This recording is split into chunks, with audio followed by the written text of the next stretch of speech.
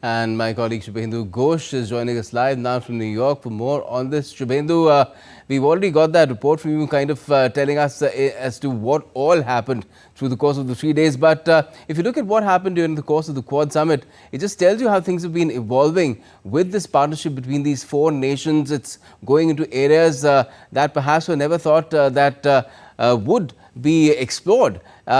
The quest to cure cancer is not part of it as well.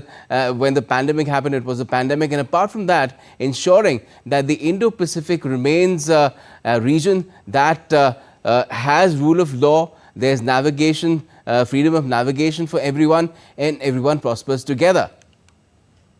Absolutely, Gautam. Good morning to you from here in New York. It's a remarkable evolution that the Quad grouping has witnessed. It's been nearly 2 decades of Quad since its origin, but we have to see that the past 6-7 years were particularly active and consequential.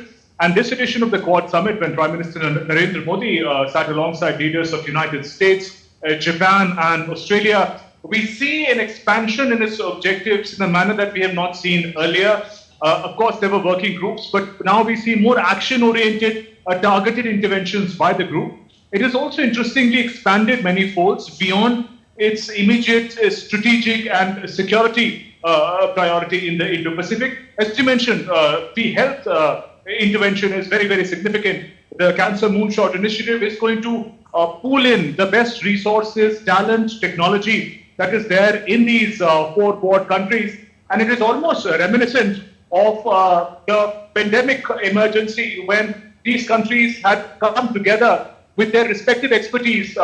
One provided the finances, the other was a leader, India was a leader in vaccine manufacturing, then Australia in supply chain and so on. So that model is a tested model and it is now going to be applied on something like cancer treatment and intervention, and the implications could be unimaginably positive for the world, particularly for the Indo-Pacific, given that it's disproportionately impacted by the calamity.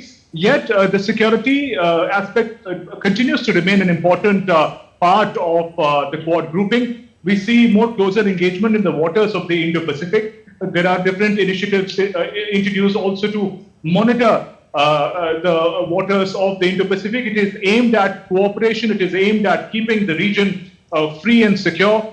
Prime Minister in his intervention had categorically, it's a reiteration when he says that the Quad grouping is not against anyone. It is not a coming together of nation against any one or more nations. It is a coming together of like-minded countries to make sure that the entire region, which is not just about 4 countries, by the way, there are so many Indo-Pacific nations, poorer nations, developing nations, whose priorities resonate with what the Quad seeks to do. Gautam?